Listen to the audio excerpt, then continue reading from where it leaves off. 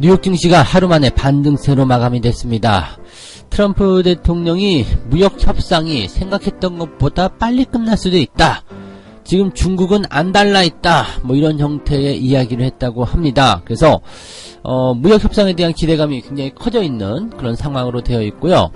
또 트럼프 대통령의 탄핵에 대해서 굉장히 걱정들을 많이 했지만 실제로 녹취록이 공개되고 나서 이것이 뭐 법적으로 이게 문제가 될 만한 그러한 내용이 없었다라는 얘기가 나오면서 뭐 탄핵이 되더라도 탄핵안이 가결이 되더라도 탄핵으로 연결될 가능성은 굉장히 적어졌다. 이러한 예상들이 나오고 있습니다. 그래서 현재 이제 불확실성이 많이 줄어들고 있는 상황이기 때문에 시장 자체의 어떤 움직임들이 굉장히 좋아지고 있다. 이 정도로 보시면 될 것 같고요. 자, 두 번째는 초저금리 시대가 계속적으로 유지가 되다 보니까 배당주에 투자해보자 이런 얘기들이 나오고 있는데 배당주 투자 이제 10월달 들어서면서 설설 생각을 해볼 만한 그런 시기가 되었습니다. 그래서 배당주 어떻게 관심을 가져야 되고 어떻게 대응해야 되는지 알아보도록 하겠습니다. 4억이 넉 달 만에 768만원으로 손실이 확정됐다라고 하는데요. 이게 지금 그냥 하는 이야기가 아니라 사실입니다. 네, 실제 사건이고요. DLS, DLF 관련한 이야기입니다. 그래서 독일 금리와 연계되어 있는 상품, 이게 만기가 되면서, 지금 실제로, 네, 25일, 바로 어제 있었던 그 상황이라고 합니다. 그래서 100% 원금 손실이 난 이 상품에 대해서 손실이 확정이 됨에 따른, 그런 폭풍이 일어날 것으로 생각되고 있는데요. 여기에 대한 이야기들 정리해 보도록 하겠습니다. 네, 반갑습니다. 오늘은 9월 26일 목요일입니다. 자, 날씨가 정말로 이제 많이 추워졌네요. 이제는 정말 그 위에다 걸칠 만한 따뜻한 옷이라든지 이런 것들 꼭 필요한 시기가 아닌가 생각합니다. 저도 어제는 이제 긴 소매 옷을 처음으로 입고 다니긴 했는데 햇볕에선 좀 덥고요. 그 다음에 그늘에서는 좀 썰렁하고 딱 알맞고 그랬던 것 같아요. 그래서 이런 환절기에는 얇은 옷 준비하셔가지고 입었다 벗었다 하면서 좀 조절을 하시면 좀 낫지 않을까 생각합니다. 제가 요즘에 이제 비염이 이제 조금씩 네 모습을 드러내고 있죠. 그래서 방송의 목소리가 조금 변화가 있을 텐데 양해해서 들어주시기 바랍니다. 이 기간대에 제가 항상 그렇습니다. 그래서 참고하시기 바라고요. 자, 첫 번째 이야기 이제 가도록 하겠습니다. 뉴욕 증시가 반등했다. 자, 우리나라 증시도 그냥 어제에 이어서 계속 올랐으면 좋겠다라는 생각을 좀 해봤는데, 일단은 최장 상승 기록은 어제 깨졌고요. 오늘은 이제 어떤 반등세의 모습이 좀 나타나지 않겠느냐, 이렇게 예상들이 좀 되고 있습니다. 일단 미국 증시에 대한 분위기는 좋게 나와줬기 때문에, 악재에 대한 느낌으로 주가가 하락을 했었던 모양새에서 다시 반등으로 가는 형태의 흐름이 나타났다. 이렇게 보셔도 될 것 같습니다. 일단은 가장 시장을 크게 상승으로 끌어올릴 수 있었던 요인 중에 하나가 뭐냐면 미중 무역 협상이라고 보시면 되겠는데 지금 트럼프 대통령이 뉴욕에서 유엔 총회를 참석하고 있는 상황입니다. 근데 여기에서 기자들과 만나서 인터뷰를 합니다. 그래서 무슨 말을 했냐면 중국은 지금 현재 몹시도 무역협상에 타결을 원하고 있다. 그래서 여러분들이 생각하시는 것보다 더 빨리, 더 일찍 협상 타결이 일어날 수 있다. 그러니까 쉽게 얘기하면 지금도 사실은 많이 늦은 감이 있지만 10월 달에 그냥 협상 타결 끝날 수도 있다. 뭐 이렇게 얘기를 하기도 하는 내용이겠죠. 그러면서 이제 미중 무역협상에서 나쁜 거래는 절대 받아들이지 않겠다. 나쁜 거래라는 것은 뭐냐면 그 지적재산권을 배제한 그런 협상은 받아들이지 않겠다는 이야기인데 계속적으로 이제 중국에 대해서 강제 기술 이전, 지적재산권 절도 뭐 이런 것들을 조장하고 또 환율을 조작해가지고 무역 분쟁에 대해서 어떤 피해를 좀 완화시키려고 하는 나쁜 움직임을 보이고 있다. 저런 건 혼내줘야 된다. 뭐 그런 어떤 생각을 가지고 있는 게 이제 트럼프의 생각이고요. 중국은 우리는 그런 적이 없다. 그리고 너희들이 그렇게 우리를 위협하고 겁박하더라도 절대 굴복하지 않겠다. 뭐 이런 식으로 얘기하면서도 협상이 잘 되길 바란다. 계속 이렇게 얘기를 하고 있는 상태거든요. 어쨌건 지금 현재 시점에서는요. 미중 무역 협상에 대한 것들은 뭐 예측 불가능이다. 뭐 어떻게 될지 모른다. 라고 이야기하고 있지만 결국에는 미국이 의도한 대로 결론이 나올 것이다. 라는 것에 우리가 결과를 딱 집중하고 있으면 될 것 같습니다. 뭐 사실 미국이 양보하려고 했다면 진작에 양보했을 거라고 생각해요. 그리고 미국 입장에서는 중국이 따라오는 것을 절대로 지금 인정해줄 수 없는 상황이 되었기 때문에 됐어. 중국이 따라올 수가 없는 상황이야. 따라오면 안 돼. 라고 딱 선을 그어놓은 상태죠. 그것을 가장 확실하게 해줄 수 있는 것이 바로 이 지적재산권에 대한 부분이라서 사실 뭐 농산물 수입에 대한 부분 또 그 다음에 뭐 무역 간의 어떤 손실이 조금 발생하는 것들 미국이 감내할 수 있는 부분이에요. 근데 미국이 참을 수 없는 것은 내가 1등인데 저놈이 우리의 자리를 뺏으려고 하고 있다. 못 참는 거죠. 그래서 지금 중국을 때리고 있는 것이기 때문에 이런 것들은 만약에 트럼프가 아니라 정권이 바뀌더라도 바뀔 수가 없는 내용입니다. 그래서 이 지적재산권에 대한 어떤 협상 내용은 만약에 스몰 딜로 간다고 하더라도 이 지적재산권을 가지고 계속해서 괴롭힐 수밖에 없어요. 중국이 여기에 타결을 떨어뜨려 주지 않는 이상은 힘들 것이다 라고 보시면 되겠죠. 그래서 중국은 어쨌건 지금 현재로서는 미국보다는 조금 뭐라 그럴까요, 힘이 약하다고 봐야 되겠죠. 미국한테 안 되는 상황이기 때문에 지금은 미국의 요구를 들어줄 수밖에 없는 그런 상태일 것이다. 그래서 미국은 어떤 식으로든 이 피해를 조금 최소화시켜서 하는 방법을 찾을 것이다 라고 보시면 되겠고요. 무역협상의 타결은 일단 어느 정도의 긍정적인 포인트를 가져갈 것이다 보시면 되겠습니다. 이런 상태 속에서 미국과 일본이요, 지금 무역협상의 타결을 진행을 했는데, 일본 같은 경우는요, 지금, 이러다가 아베가 갈리는 게 아닌가 모르겠습니다만은, 자동차 관세에 대한 부분들을 막아내기 위해서 미국의 농산물 시장을 열어줬다라고 되어 있습니다. 그러면서 실질적으로 이제, 일본의 자동차에 대한 무관세 이런 것들도 해내지 못했고요. 그 다음에 일본이 미국에게서 농산물 시장을 개방하기로 됐습니다. 이게 약 70억 달러 정도가 되는데, 어제 이제 협정을 도장을 찍었다고 합니다. 그러면서 이제 미국산 농산물 또는 식품의 약 90%가 관세 혜택을 받게 되었다. 일본으로 들어오는 미국산 농산물이요. 그러니까, 사실 이 정도라면은, 아베가 트럼프에게 굉장히, 사바사바를 많이 했다라고 보시면 되는 거죠.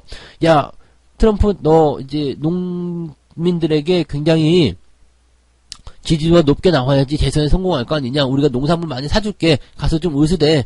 이런 식의 어떤 내용이라고 보셔야 되겠죠. 그 다음에 이제 미국은 일본산 기계, 자전거, 악기 뭐 이런 것들에 대해서 관세를 낮추거나 철폐한다. 이렇게 되어 있고요. 일본산 자동차에 대해서는 뭐 협정이 되어 있지 않다. 라고 되어 있는 상태입니다. 그냥 뭐 이렇게 되면은 그냥 일본이 거의 굴욕적이다. 굴욕적이다라고 되어 있는 부분이고요. 자동차 관세를 더 추가적으로 얻어맞는 것을 방어하기 위해서 농산물 시장을 개방했다라고 되어 있는 부분이 될 것 같습니다. 그리고 이제 재밌는 것 중에 하나가 뭐냐면 일본의 아베가 지난번에 중국이 안 사는 옥수수 이거 다 우리가 사주겠습니다. 라고 이야기를 했잖아요. 실질적으로 그렇게 얘기했는데, 지금 이 농산물을, 이 옥수수를 사줘야 되는 것은 일본의 민간 기업들이거든요. 근데 이 민간 기업들이 전혀, 협조를 하지 않고 있다라는 소식이 있습니다. 그래서 만약에 그렇게 사주겠습니다. 약속을 했는데, 그것을 진짜 사는 것이 아니라 민간 기업이 그냥 협조를 안 해가지고 안 사준다 그렇게 된다라면 일본이 미국에게 사기를 친 것 같은 상황이 될 수도 있다는 얘기죠. 그래서 지금 약간 궁지에 좀 몰려있다는 얘기들이 좀 있는데 아베가 요즘에 계속 한일 관계에서도 그렇고 미국에서도 굉장히 너무 굴욕적이다, 말이 안 된다 뭐 이런 식의 지금 일본이 좀 코너에 몰리고 있는 상황이 나오다 보니까 조금 뭔가 심각한 부분들이 일본 쪽에서 일어나지 않겠는가 그런 생각들도 조금 해봐야 될 것 같습니다. 자, 그다음에 탄핵 이야기 잠깐 할게요. 탄핵 같은 경우는요, 뭐 그동안 이제 충분히 설명을 드리긴 했습니다만 녹취록이 공개가 됐습니다. 녹취록이 공개가 되면서 녹취록 안에서 이제 실제로 우크라이나 대통령에게 이 조 바이든에 대한 조사를 실시해야 되는 건 아니냐 이런 식으로 얘기를 했다고 합니다. 그런데 어떤 뭐 외압이나 보상에 대한 어떤 부분들 이런 것들을 전혀 언급하지 않았기 때문에 그냥 이것만으로는, 법적으로 뭐, 이렇게 문제가 된다라든지, 이런 식의 내용이 아니다라고 이제 이야기가 됩니다. 그래서, 현재 요 상황에서는요, 탄핵으로 가기에는 조금 부족하다라는 얘기가 나올 수밖에 없겠습니다. 그래서, 요 내용들은 지금 보면, 탄핵에 대한 내용이 뭐 당연히 민주당이 하원 쪽에서 많기 때문에 여기서 탄핵이 된다고 하더라도 상원으로 넘어가서는 안 될 가능성이 굉장히 높다라고 말씀을 드릴 수밖에 없겠다. 이 상태로 보시면 될 것 같습니다. 그리고 실질적으로 탄핵이 안 됐을 경우에는요, 문제가 더 심각해질 수 있는 게, 이 바이든이 새로운 대선 주자, 민주당이 대선 후보로 이제 크게 유력한 상황이었는데, 이 도덕성의 흠집이 굉장히 크게 갈 수밖에 없겠죠. 그래서 지금 상황에서는 민주당이 바이든을 손절하기 위한 어떤 행동이 아니었겠느냐, 이런 식의 얘기까지 나옵니다. 그러니까 민주당 입장에서는 이 바이든을 손절하기 위한 부분이었다라면 바이든도 손절하게 되고 트럼프한테도 타격을 줄 수 있는 이런 어떤 노림수로 작용하지 않았을까 생각하는데, 글쎄요, 왜 그런 일을 했을까라는 생각은 잠깐 해봐야 될 것 같긴 합니다만은, 어쨌건 트럼프 탄핵에 대한 부분들은 별다른 문제가 없을 거라고 예상이 되고 있어서 증시에 미치는 영향은 제한적이지 않겠는가 생각이 됩니다. 참고하시면 되겠네요.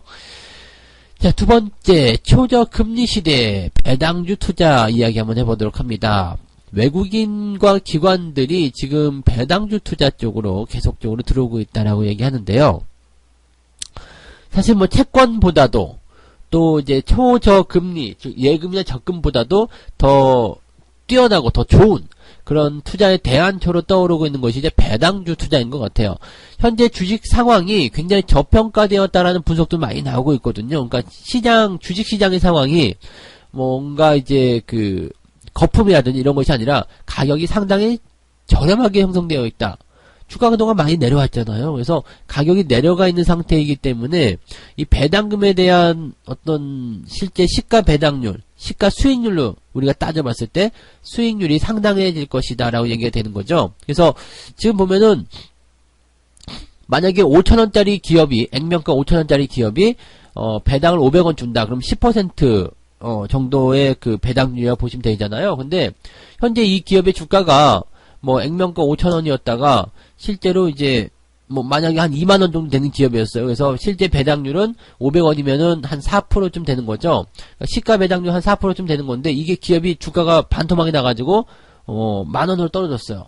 만원 떨어졌어. 그렇게 되면은 배당률이 훅 하고 올라가는 거거든요. 500원, 만원짜리고 500원 배당하게 되면은 5% 배당을 받을 수가 있는 상태가 되는 거니까 배당률이 더 뛰어서 올라가게 되는 상황이 벌어지게 되는 거죠. 그러니까 이런 식으로 그 배당률이라는 것은 일단 기업의 주가와 연관돼서 대응하는 것이 아니라 이 액면가로 결정이 되는 수준이기 때문에 기업의 주가가 떨어지면 떨어질수록 기업의 배당에 따른 시가 배당률은 더 많이 올라갈 수밖에 없습니다. 그러면 거기에 투자하는 사람들은 배당에 대한 수익을 얻을 수가 있고요. 또 주가가 많이 떨어졌기 때문에 다시 올라가게 된다라면 시세 차익까지도 같이 챙길 수 있는 상황이 벌어지게 되는 거죠.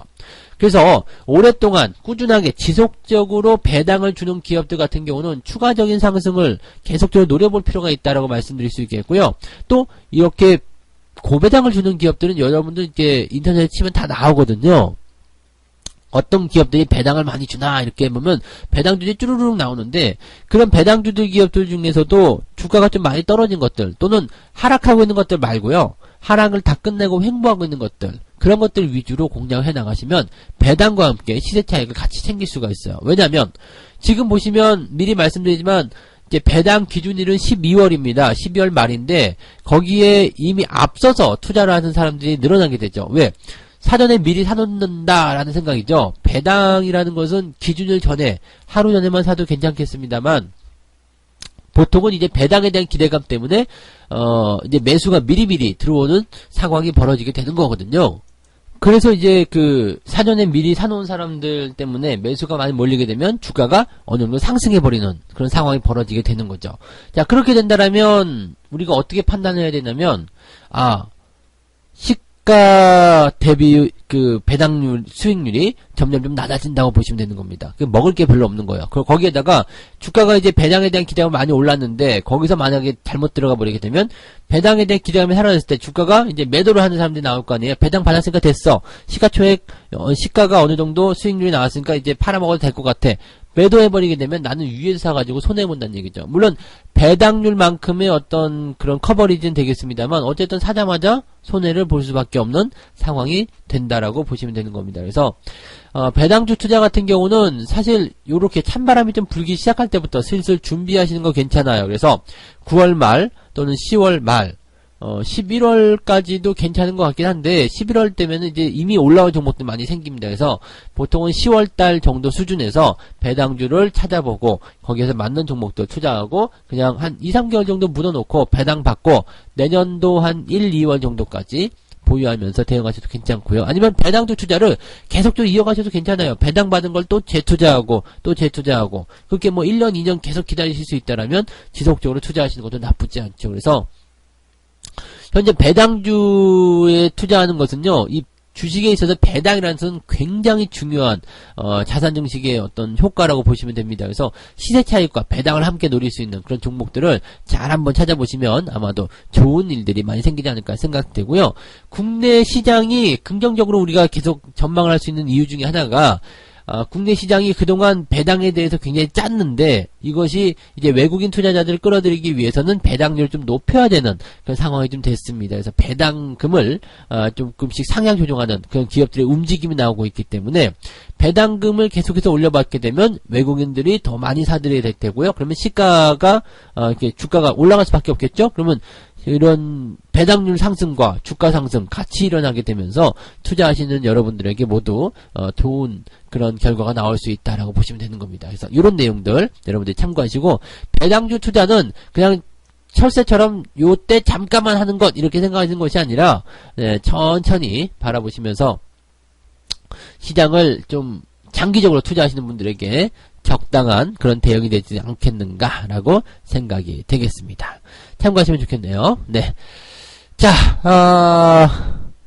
마지막 이야기 전달해 드리겠습니다. 요거 조금 우울한 이야기인데, 4억이 넉 달 만에, 4달 만에요. 768만원으로 바뀌었다는 얘기입니다. 이거 깜짝 놀랐습니다. 7,600도 아니고요. 768만원입니다. 그러면 이거가 도대체 어떻게 된 상황이냐라는 건데, 26일 날이요. 오늘이죠. 오늘 되고요. 어제 이제 확정이 된 거고요. 오늘 만기가 되는 겁니다. 그래서 우리은행에서 만든 이 상품이 첫 번째 원금 전액 손실이 확정이 됐습니다. DLS 이야기입니다. 아버지가 4달 전에 은행에 맡긴 4억 원이 768만 원이 되었다. 네. 뭐 기가 찰 노릇 아니겠습니까? 이 독일 금리 연계 상품이라는 거였잖아요. 그래서 그 당시 이제 이 DLS, DLF에 대해서 제가 설명을 잠깐 드렸지만 이게 이 연계 상품, 파생 상품이라고 보시면 되는 건데요. 이 연계 상품이라는 것은 일정한 그 범위 안에 그 내가 원하는 그 목표치가 들어가 있으면 수익을 챙기는 겁니다. 그래서 일반적인 금리 수준보다 더 높게 나오거든요. 만약에 일반적인 금리가 2%다 그러면은 그것에 뭐 2배, 한 4%대 또는 5%대 이렇게 수익을 주는 것이 이런 연계 상품, 파생 연계 상품이다라고 보시면 됩니다. 보통 은행이나 증권사에서 많이 팔아먹는데 문제는 말이죠. 이 DLS, DLF 같은 경우는, 뭐 ELS 같은 경우는 이제 주가 지수와 연동되는 부분이어서 요것도 이제 비슷한 내용이지만 DLS 같은 경우는 해외 금리와하고 연결되는 그런 파생 상품입니다. 그래서 이번에 우리은행에서 팔아먹은 게 뭐였냐면 이제 독일 채권이었거든요. 독일 그 금리와 연결된 부분이었는데 사실 독일하면은 어떤 나라입니까? 유럽에서 가장 선진국이고 뭐 사실 뭐 가장 그 앞서가는 나라 중에 하나 이렇게 얘기되잖아요. 그래서 독일하면 다 알고 있으니까 뭐 BMW, 벤츠 다 알고 있잖아요. 그래서 독일은 잘 사는 나라 이렇게 알고 있죠. 그래서 문제가 뭐였냐면 독일의 금리가 마이너스 0.25까지만 되더라도 원금에다가 플러스 4%대 이자를 받으실 수가 있습니다가 된 거고요. 이게 만약에 마이너스 25 이하로 떨어지게 된다라면 그 손실이 발생하게 되고 마이너스 한 6% 정도까지 떨어지게 된다라면 원금이 전체적으로 다 손실이 되는 그런 상품이다라고 보시면 됩니다. 근데 문제는 뭐였냐면 이 우리은행에 이 돈을 맡기러 간 이 아버지라는 분이 안전한 상품을 소개해달라. 내가 지금 우리 그 아이들 결혼 자금도 있고 내 노후 자금이라서 이거는 정말 원금이 보장되고 안전한 상품이면 좋겠다라고 했더니 우리은행 직원이 부지점장이 이제 판매를 했다고 합니다. 어떻게 판매를 했냐면 독일이 망하지 않는 한 원금 보장이 됩니다라고 이야기를 했다는 거죠. 근데 더 없이 웃기는 거는 이 금리가 마이너스권으로 접어들게 됐고 전 세계 금리가 지금 계속 금리를 인하할 것이다라는 움직임이 나오고 있었단 말이에요. 이게 2018년도 같은 경우는 금리 인상에 대한 기조가 있었지만 2019년도 들어서면서 금리 인하에 대한 기조가 굉장히 많았잖아요. 그리고 실질적으로 금리가 낮춰지기도 했고요. 그런 상태에서 지난 5월 달에 이것을 팔아먹은 겁니다. 단기 상품으로요. 네, 단기 상품을 팔아먹은 거죠. 금리가, 이 짧은 기간 안에 마이너스가 나오겠습니까? 걱정하지 마세요. 라고 하겠는데, 실질적으로 독일 금리는 마이너스로 계속 진행이 되고 있는 상황이었기 때문에, 그냥 원금의 전액 손실이 아니라 어느 정도 손실은 감안을 해야 되는 그런 상황이었다는 얘기가 되는 거죠. 실질적으로 이제 어제, 마감이 된 이 상품에 보니까, 독일 국제금리가 어제, 마이너스 0.6을 찍었네요. 마이너스 0.61이 됐습니다. 마감 시점에서요. 마이너스 0.61이요. 그 다음에 지금 조금 올라와서 0.58 이렇게 됐는데, 58이나 0.6이나 큰 의미는 없는 것 같고요. 자, 이렇게 되면은 원금이 전액 손실입니다. 그럼 768만원은 뭐냐? 이자. 그동안 이자. 네. 그래서 문자가 왔대요. 어제 문자가 왔는데, 독일 금리 연계 상품 만기 상황을 1.92% 수준으로 768만원 만기 상환이 예정된다라고 문자가 왔다고 합니다. 4억 원을 넣었답니다. 4억 원. 그러면 원금은 전체적으로 다 날아간 거고요. 그동안 받은 이자 있잖아요. 이자가 이제 768만원이다. 이거는 그냥 이자 쿠폰을 그냥 주는 거래요. 그래서 4억이니까 이게 몇 프로 나온 겁니까? 한 2% 좀 나온 거네요. 2%. 1.9% 나와 있네요. 1.9%. 4억 원에 1.9%니까 실제로는 한 99%, 네, 98% 손실이 나온 거죠. 네, 이자를 포함한다라면 98% 손실이 나온 건데, 이거를 지금, 어떻게 답이 안 나오는 그런 부분 아니겠습니까? 그래서, 실제로 이런 일들이 지금 계속 벌어지고 있는데 문제는 뭐냐면 내년도까지 만기되는 이 상품에 투자된 금액이 약 6천억 정도가 더 남아있다고 하는데요. 이거 실질적으로요. 어떤 소송이나 이런 것들을 계속 준비하고 있고 계속 진행할 거다라고 얘기하지만 실제로 돌려받는 것이 쉽지는 않을 것 같은 생각이 되고요. 그 다음에 요거 하여튼 이런 상태에서는 일단 이렇게 될 것 같아요. 금감원의 어떤 조치나 이런 것들 해서 벌금을 받는다든지 투자금의 일부를 상환받는다든지 이렇게 나오겠지만 손해를 보는 것은 어쩔 수 없을 것 같아요. 엄청난 손해가 확정이 될 거 생각되고 있어서 이거는 스스로 여러분들이 지키셔야 되는 것 같아요. 네, 은행 직원의 말만 무조건 듣고, 그러니까 무조건 남의 말만 듣고 투자하는 것이 얼마나 무서운지를 여기서 우리가 알으셔야 되는 거죠. 그러니까 꼭 여러분들 이거 명심하시면 좋을 것 같고요. 보통 보면 이제 DLS나 이런 것들 많이 판매할 때 이야기 많이 하지만, 실질적으로는요, 네, 이런 것으로서 수익을, 낸다. 네, 쉽지가 않습니다. 그래서 잘 판단하시고 하셔야 되는 거고, 원금 보장되는 그런 파생상품은 없다고 생각하시면 됩니다. 그래서, 덜컥덜컥 중요한 금액을 이렇게 덜컥덜컥 집어넣고 그렇게 하시는 것은 절대 안 됩니다. 그래서 어떻게 보면은 주식 투자가 제일 안전한 그런 투자인 것 같아요. 아까 전에 말씀했던 배당주, 고배당주, 꾸준하게 지속적으로 투자하는 거, 이것만큼 안전한 게 어디 있습니까? 그래서 여러분들이 그런 식으로 좀 판단하시는 게 맞을 것 같아요. 그래서 뭔가 생소한 상품인데 자꾸 꼬드긴다 그럼 절대 말 듣지 마시고요. 자세히 알아보고 그 즉시에서 내가 잘 모르지만 저놈이 잘 설명했다 거기에 넘어가지 마시고 내가 다시 한번 생각하고 다시 한번 판단하고 그렇게 가시는 게 맞겠습니다. 좀 안타까운 소식이지만 여러분들 이참에 그래도 이런 것들을 통해서 저런 상품들이 그렇게 위험성이 있구나, 그런 것들에 대해서 한번 경각심을 가져가셨으면 좋겠습니다. 자, 세 가지 이야기 해드렸습니다. 트럼프 무역협상이 낙관이다라고 얘기가 될 수가 있겠고요. 트럼프 탄핵에 대해서는 이제 녹취록을 공개하게 되면서 특별하게 분위기는 없다라고 보시면 되겠습니다. 특이한 내용은 없는 거죠. 그래서, 녹취록 공개에 대해서 일단 그런 압박을 그런 부분들은 없었고 그냥 뭐 조사해달라 이런 정도의 얘기를 한 것은 있었다라고 되어 있기 때문에 아마도 이제 그 녹취록 공개에 대한 부분 때문에 이제 탄핵 절차가 개시가 될 것이다라고 되어 있겠지만 실질적으로 뭔가 이제 그 외압을 할 만큼 조건을 달았다거나 그런 부분이 없었기 때문에 뭐 이거는 큰 의미는 없을 것이다라고 지금 되어 있습니다. 그래서 악재들이 조금 가라앉는 그런 형태의 모습으로 가고 있는 거고요. 일본의 무역 협상도 이야기해드렸지만 약간 얘네들 지금 그 굴욕적인 부분들이고 아베의 입지가 점점 좁아지는 그런 상황이 나오지 않을까 생각이 좀 되고 있네요. 참고하시고요. 자, 그 다음에 배당주 투자 지금부터 준비해야 된다라는 말씀 해드렸고요. 네, 서서히 이제 관심을 좀 가져볼 필요가 있겠다 그 말씀을 드렸습니다. 자, 그 다음에 전액 손실이 발생한 DLS, DLF에 대한 이야기 해드렸는데 절대적으로 이런 것들은 여러분들 신뢰하지 말고 네, 자신이 직접 알아보고 원금 보장된다는 그런 엉뚱한 말에 속아 넘어가지 않기를 바라는 마음에서 이야기를 한 번 더 해드렸습니다. 책 한 꼭지 읽고 마무리하겠습니다. 요즘은 누구나 주식 투자를 한다. 오랜 경험을 통해 알게 된 사실은 시장에서 모든 사람의 일치된 판단은 불과 몇몇 사람의 판단보다 결코 낫지 않다는 것이다. 많은 사람들이 그렇게 생각한다면 그것은 오히려 틀릴 수도 있다라는 이야기가 되겠네요. 자, 오늘 여기까지 이야기해드리고요. 저는 다음 시간에 다시 오도록 하겠습니다. 오늘도 성공 투자하시고요. 네, 오늘은 더 좋은 그런 기운을 많이 받아가시길 바랍니다. 저는 다음 시간에 다시 올게요. 고맙습니다.